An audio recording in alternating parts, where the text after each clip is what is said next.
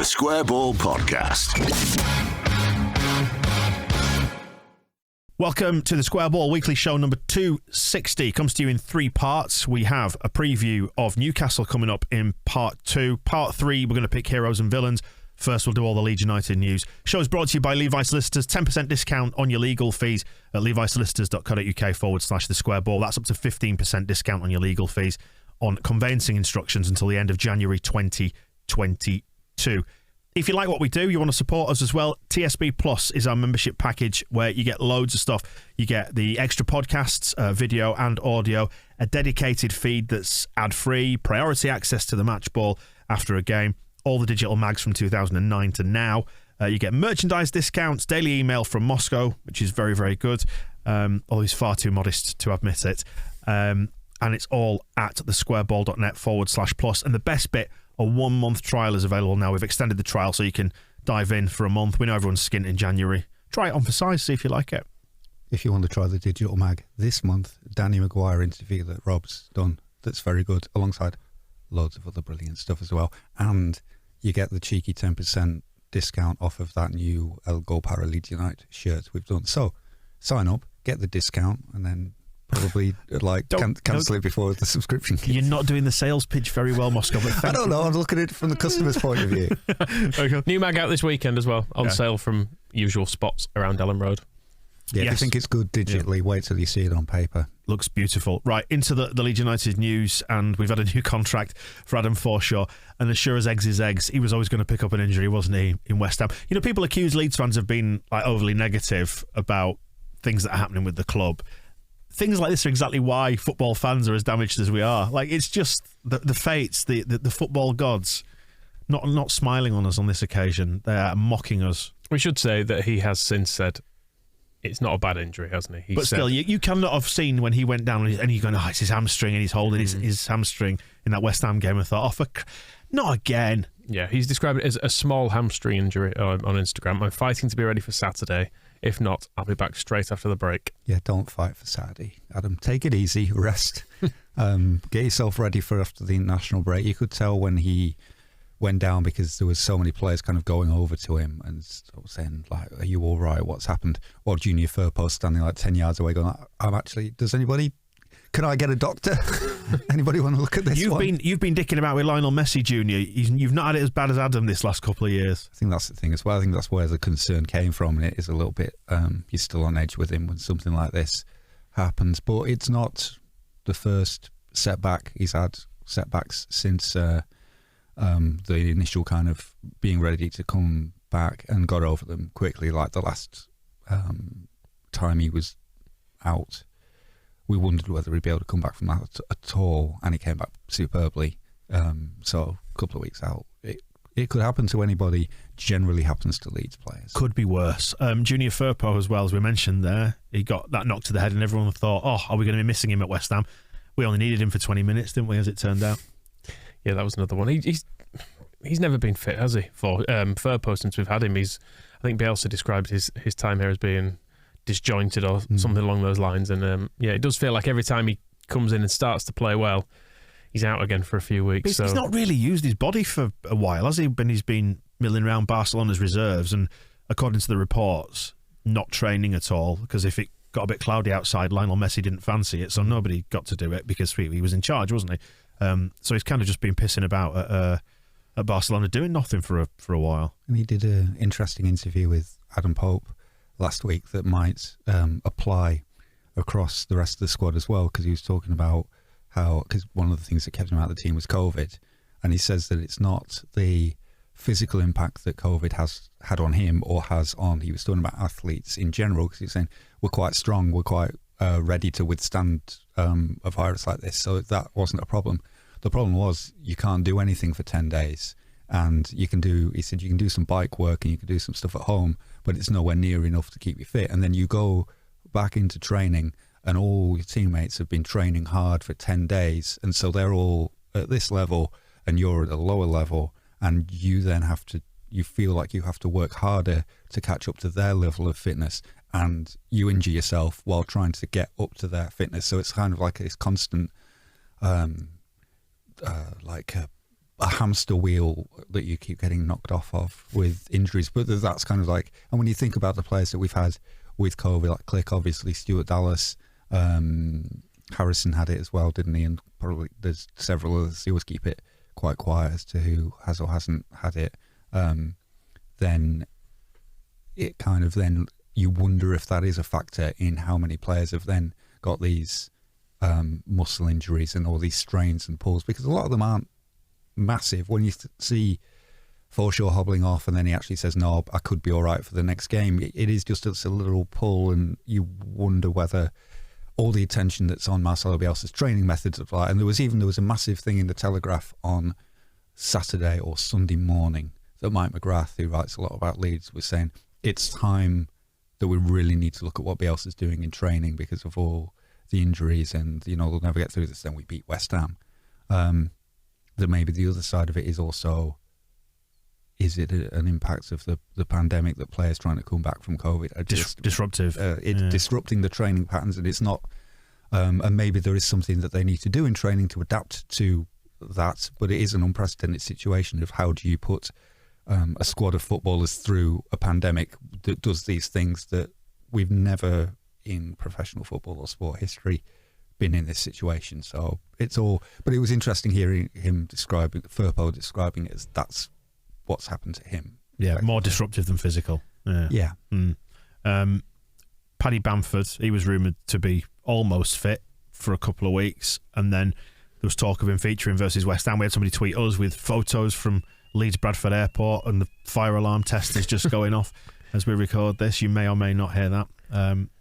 There was talk that his wife was in labour and he was going to fly down and all this sort of stuff, but we've not heard anything. It's either his hip's knackered or she's giving birth, and somebody should probably find out which one it is, because they're vastly different. I was going to say afflictions then, but childbirth, not an affliction. It's a miracle. So he didn't play. Greenwood played football for half a game, and now his face has exploded. If you are to believe is that his Instagram? From his Instagram, yeah, somebody got some sort of filter on it. But he is very clearly in hospital. So what he's had done, we don't really know, do we? It looks like he's had a rearranging of his face, if this filter's anything to go by. He's got two gigantic eyes, no nose, he's had his nose taken off, and a massive mouth. It's knee surgery. Was the thing. Have they done this to his face at the same time, or is that... Well, while you're there, a secondary... You take advantage, like, did you do anything about this while you're looking at that? So knee surgery, that doesn't sound like something you shake off in a week. No, I think he'll probably need a little bit longer to recover. Don't know exactly what part of his knee they had to do something, but yeah, they've done some surgery on his knee.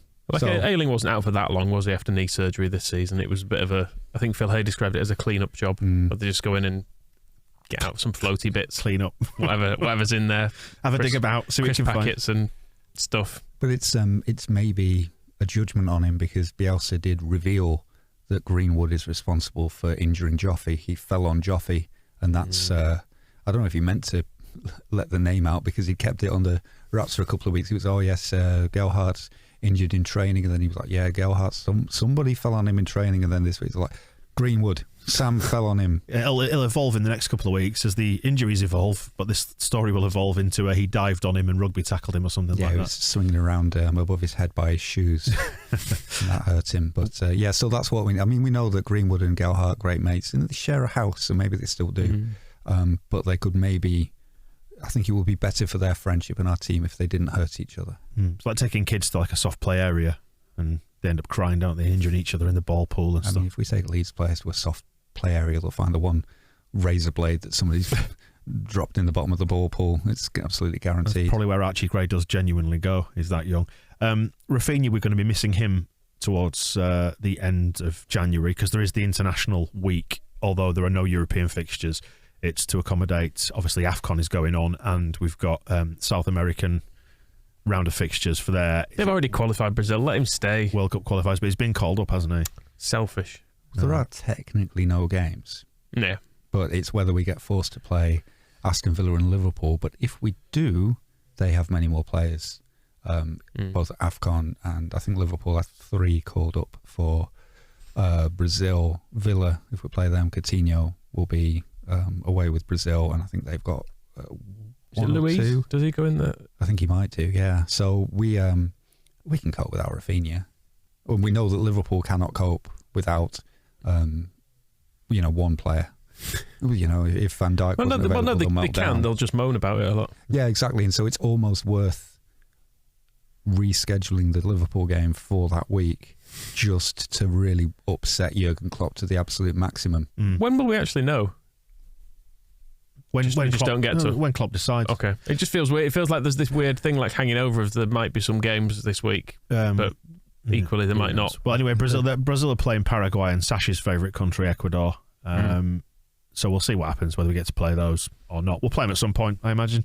Yeah, we might as well. I mean, Burnley are going to have a right old laugh, aren't they, trying to fit in all their fixtures. They've only played 17 games. They've got a lot to... They're going to have 5 games in hand on people potentially by this weekend if we're not careful. What's going to happen is they're going to realise they have to play all these, then they can moan about that instead. They're like, that'll be Dyche's complaint later in the season. What will he say?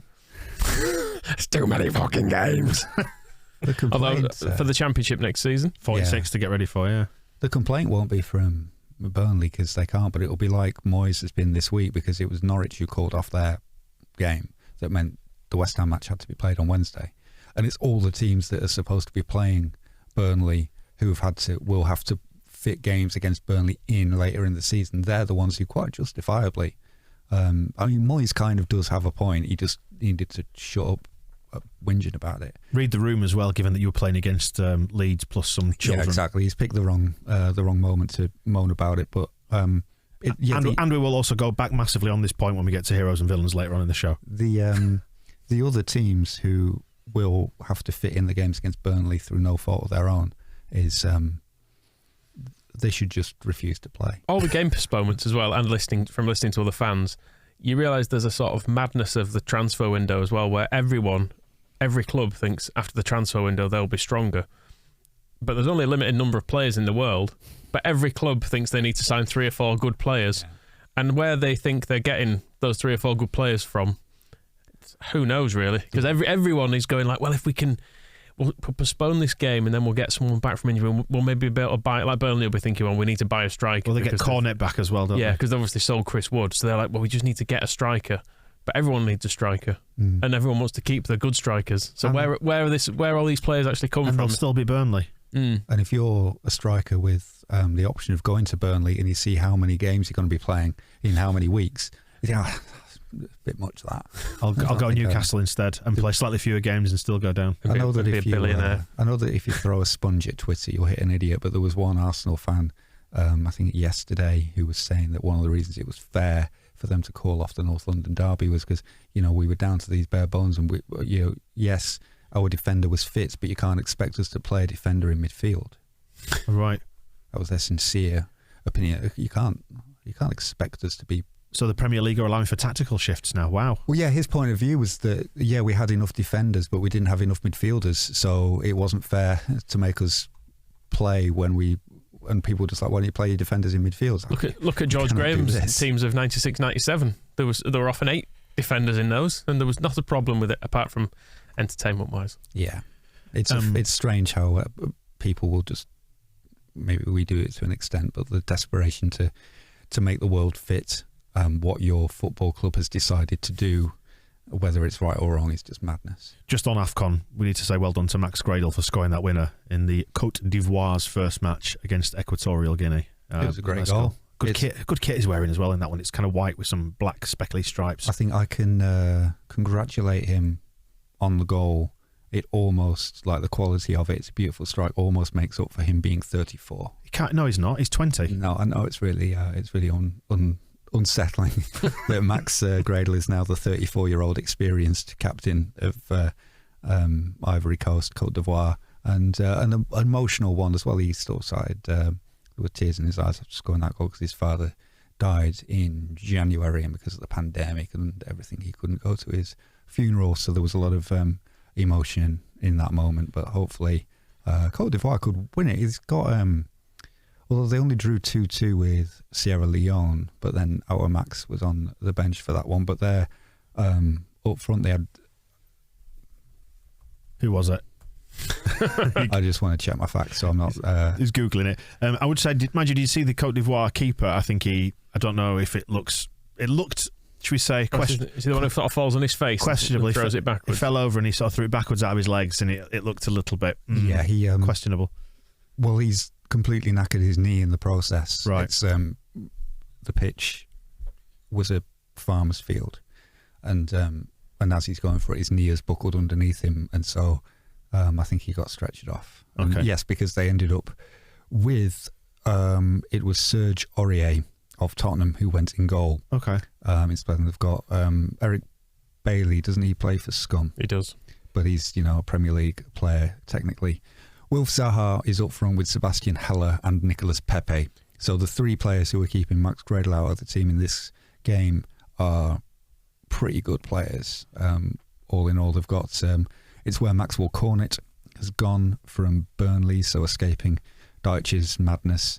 So there's a good team there, and I'm assuming Max Gradel is the captain of the crew, but for the sake of Ivory Coast, he would break himself in two, but they're only playing him in certain matches because he's a doddering old man.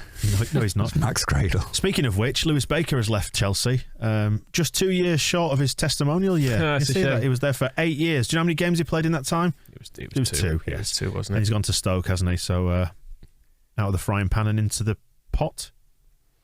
Potteries, yeah. Maybe. Might work. Let's talk about the 49ers before we get on to transfers quickly. They won a game. That's good. In the post-season, so it's still going on after the season's ended, the regular season. Yep, so it works. The playoffs. Do you recognise the word playoffs? Is it like a trip to Myanmar, or is it more important than that? More important than that. Okay. Well, questionable, actually. They played in the wild card game in the playoffs. We recognise the playoffs, and then in traditional sort of Leeds United, we have a good partnership. Why is it? What makes it a wild card? I think some of the lower ranked teams get in based on wildcard entries and they play off against each other. But now they've qualified through the wildcard game. They beat the Dallas Cowboys. I've heard of them. Who play in Arlington, and they won there in that big Megadome stadium that they've got with the big tellies. And then they're into the divisional game now against, I believe it's the Packers, isn't it? The Green Bay Packers they're playing next, off the top of my head. So good luck. Yeah, great bunch of lads. But they did their best to throw it away. They were well in front, and then has it earned them any money? And can they buy us a central midfielder? That's what they should do, isn't it? As a celebration. Yeah, maybe so. On to transfers then. We're getting linked to some firm names now. Ola Aina, who's the guy is at Torino at the minute, sort of plays right back, left back, defensive midfielder, utility man, was at Fulham at one stage on loan last season. Did badly there, apparently. But I suppose everyone did badly at Fulham last season. Yeah, and there's always that thing about giving him to Bielsa, who's a real coach, and making him better, like he makes everyone better. He's played more games for Chelsea than Lewis Bate. Well, there you go. Pedigree. He's got an absolute pedigree. Got a few games there before moving on. And we got Pontus from Torino, didn't we? Yeah, we did. Yeah. That worked out well. Yeah. So what could go wrong? Exactly. I see no difference. Tony Dorigo went there. Very true. Excellent. John Charles played in the same city, so it's perfect. It's made, isn't it? It's a fairy tale. Do you want to buy Jason Knight from Derby? And Irish fans who have kept track of this said that he's a good midfielder for them. Should we buy them off him for a paltry sum, just so they can keep going for another week or two? Well, they're talking about wanting £8 million. I think we'll just wait and we'll have him for free in a few weeks' time when the club is disbanded. They're in real trouble, aren't they? Seems to make more sense. It's interesting. We were recording on Tuesday lunchtime, and this morning on TalkSport, I think Simon Jordan has been trashing Derby's fans, saying, you were celebrating Mel having everybody on strings, when actually you were financially doping loads, and now you're paying the price for it. So there you go. Moscow, is that a £2 coin? Yeah, I found a £2 coin. It's the only change I've got on me, but I think I could either buy Jason Knight this week or the club next week. Yeah. But I get a lot of debt with the club, don't I? So I might just have the footballer. The thing with the financial doping is, like when Ben Johnson won that gold medal, actual doping. That's the Seoul Olympics. Well, it was 1988. Yeah, it's just choose your flavour of cheating. You're cheating with money or cheating with drugs. I think doping is maybe financial doping is it the right word when you might be better just saying financial cheating and drug cheating. But whatever it was, you have to say Ben Johnson did it well because he won. No one had ever run that fast before. And granted, the medal was taken off him, Yeah. But at least he did run faster than anyone else. No one can take that away from him. What did Derby do? Beat Leeds once. They won at Elland Road, didn't they? So that's their big big achievement. The worst bit is that they're living rent free. That's because all I think about when we're in the Premier League mid-table is bloody Derby every bloody week. But we will have Jason Knight off him just because we can. We should just maybe get him and what should we have him do? Working in the canteen? Well, he can be mates with Lewis Bate, can't he? Or something. Could be a chauffeur. Isn't that the other one's job? I think all of the Derby players they'll be very experienced and safe drivers now after what the squad went through. Absolutely. We've also been linked to Nicholas Raskin, who is, and it says on the sheet here, 2-year-old standard Liège midfielder for €6 million, according to the Sunday Mirror. It feels a little bit young. I mean, I know Archie Gray is sort of toddling around in short trousers, etc. But that could be a typo on my part. I think the fact that he's 2. The dash key is really close to the 0 key. 20, right? He's 20, yes. Yeah. Yes, being 20 makes more sense than being 2. I've changed that for you now then. Okay, so good. We've been linked to Nicholas Raskin, who's a 20-year-old standard Liège midfielder for €6 million, according to the Sunday Mirror. Although it did seem like somebody responded to that within the club and sort of poured cold water on that. So put that one to bed, shall we? Oh, okay. The Mirror seemed to have transfer news because they were also, it was admittedly the Daily Mirror rather than the Sunday Mirror, was saying that we are no longer in for Lewis O'Brien as well. Right. David Anderson said words to the effect of like that ship has sailed or something. So. Okay. I wanted to do my joke about we shouldn't sign a player from Standard Liège. We should get one from Premium Liège. We want a good one. Yeah. You've done it. I enjoyed it. Yeah. So thank you for that. But Raskin looks decent. He was picked out as one of the 60 best young talents in the world, according to The Guardian. They do this every year. In 2018, yeah. Oh, right. I did look down the list. None of them have turned out to be world beaters as yet. But, they are all at like 20. So You're just the worst kind of fan, Michael, writing all these kids off. You can't expect them to be great. But do you expect Cody Dramé to be great? I mean, this feels like last week's. He's last week's news. Now we've won at West Ham. I mean, on the one hand, we've been taking the piss of Lewis Baker for being at Chelsea and never playing for him.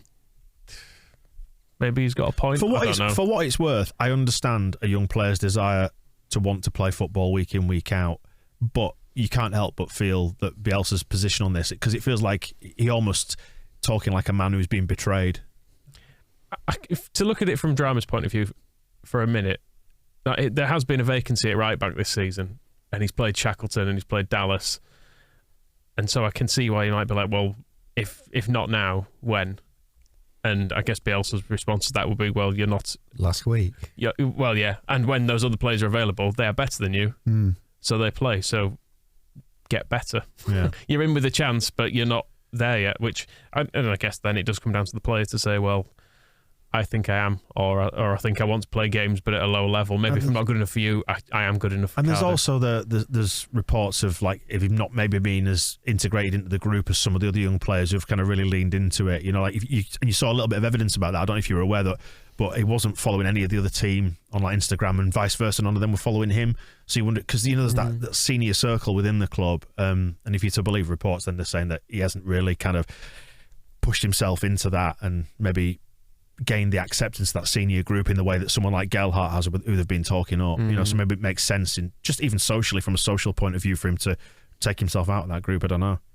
I mean, if he's looking to be antisocial, he's going to spend time with Steve Morrison, hasn't he? So who's going to poison his mind against Leeds?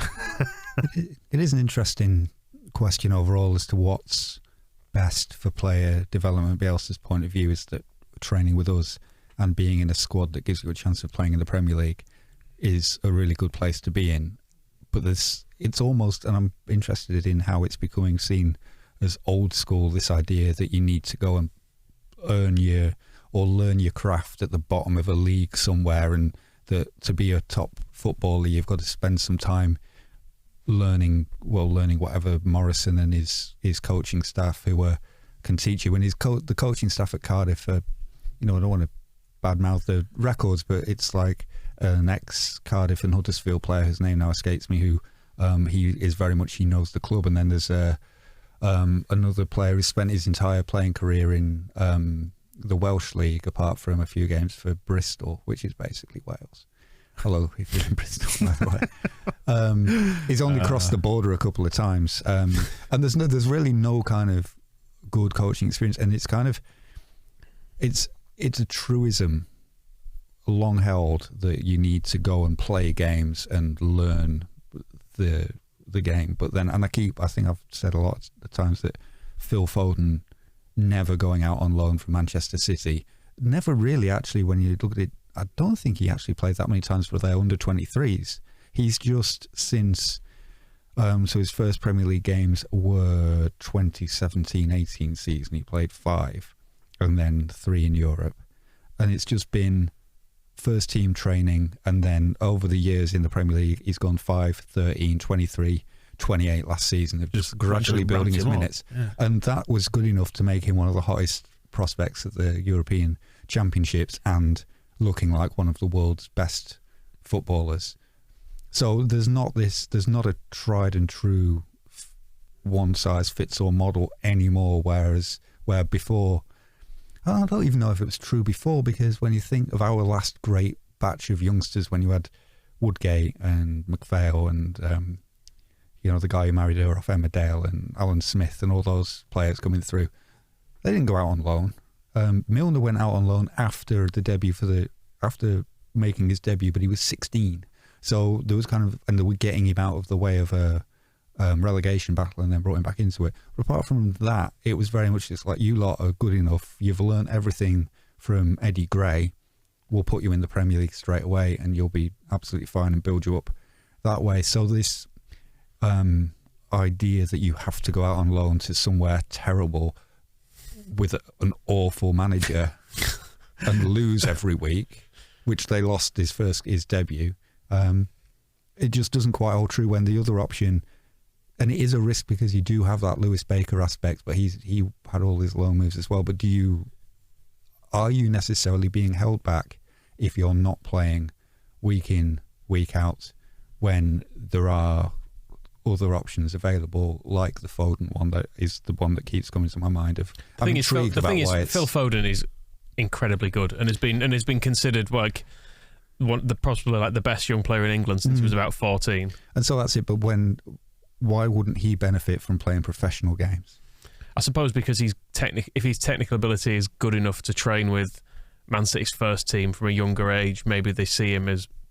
I guess it's how we see Gelhardt, isn't it? I guess it is a bit, and it's the difference, I suppose, between like the Luke Ayling trajectory of someone who was not good enough for Arsenal at that time, and he thought, well, I can't stay here. Because I think it's about play. There's a sense that maybe he's out there finding his level, which actually the real elite talent doesn't have to do that. Is the point you're making? But then what's interesting with Drama in particular is that Bielsa, he said specifically, I don't think he needed to play games elsewhere.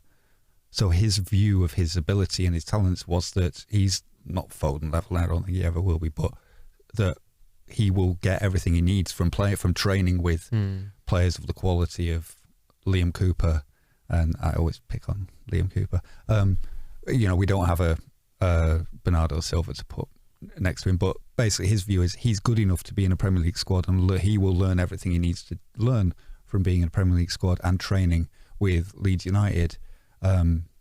And it's Drama who thinks, no, actually, or maybe it's Drama's lack of confidence in himself that he doesn't see himself at that level, that without games. And I'm not saying that that's hard and fast the wrong thing to do. I'm just interested that more and more players and more clubs are just going, no, actually, we'll keep them in-house. And Bielsa's view is, if a player is really good, he thinks they'll learn everything they need to learn from training at Leeds and being in the squad and available. And they won't all be Fodens, but that's the best place to give them the education that will serve them better. And interesting that Drama thinks the other thing that Bielsa said is, like, young players don't often get enough of a say in their own development, and this is an example of a player who wants to choose his own path. And I mean, he did choose it to come to us. He's not come through us. He's not been with us since he was 8 or anything. So we signed him was it 2 years ago from Fulham,